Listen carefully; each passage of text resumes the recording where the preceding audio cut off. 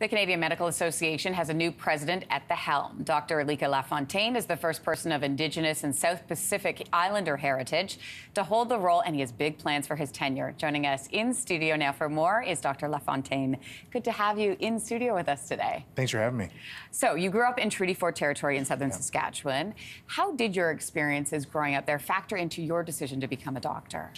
I think every doctor across the country brings their lived experience into what they do. So you grow up in the city, you have city experiences, rural, same thing. Growing up Indigenous, both First Nation, Métis, and Pacific Islander, it's all shaped the way that I see patients. And I think it helps me to create space and see things that people might not always see. I was, reading about your story and your background and the fact that you had people along the way say, you're never going to finish high school. Right? Bringing you and your mom in there too, saying you're never going to finish high school. And it was your parents who comforted you, who taught you, who encouraged you. What did that support mean to you? People have different folks inside their life that are rocket boosters, I think, to the next stage. I know without my parents, I wouldn't be where I am right now. And there's many different people that I've been lucky enough to come across. My mom was talking to me last night after I got inducted officially as president, and she was crying and hugging me and just saying, all the work that we put in when we were younger, it's kind of led to this, and it's really amazing to be able to sit back and give your parents moments like that. Yeah. And there's something about having that exhale in a way, Absolutely. With them at the same time, knowing and how proud they are of you. Absolutely. What a moment. Your brother, who's a dentist, I want to ask you about him, struggled to get proper medical care for a very serious health issue that he was experiencing. Can you tell us how that led you to team up and create Safe Space? So Safe Space Networks is an anonymous reporting platform for people to report harm and waste, mainly focused at patients and mainly focused at racialized patients. And I remember the night that my brother called me, it was the middle of the morning, and there were two things that were odd about it. The first is my brother usually doesn't call in the middle of the night. Right. And the second, he never asked me for advice. And so when he was on the phone talking about his experience, it obviously was very serious.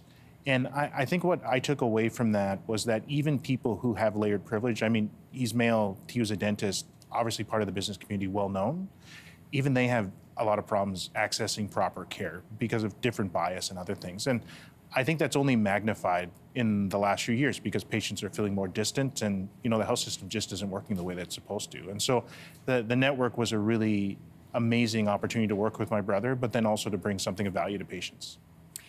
What is going to be your first priority? What will be your first priority in your new role? I think we've talked a lot at the CMA about the collapse of the healthcare system.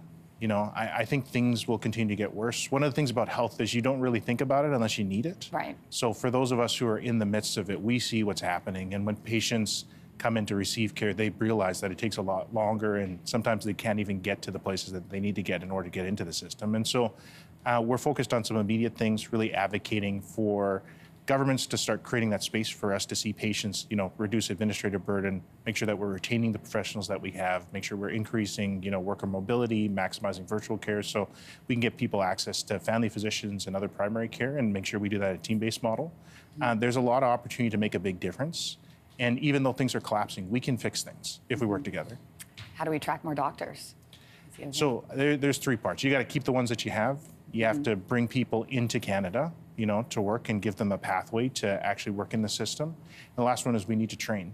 The last one, it would have been great to do that years ago, but the reality is we are where we are. Governments just need to start acting now. We have to quit trying to iterate around the edges. And one of the things that I often see when working in emergency situations is people get overwhelmed, and so they just get paralyzed with thinking about what they could do. We just need to start walking forward, doing the things that we know will work, and things will eventually start to fit back together. Dr. Lafontaine, thank you for being here today and sharing not only your professional story, but your personal story as well. We appreciate it. Thanks for having me. All right.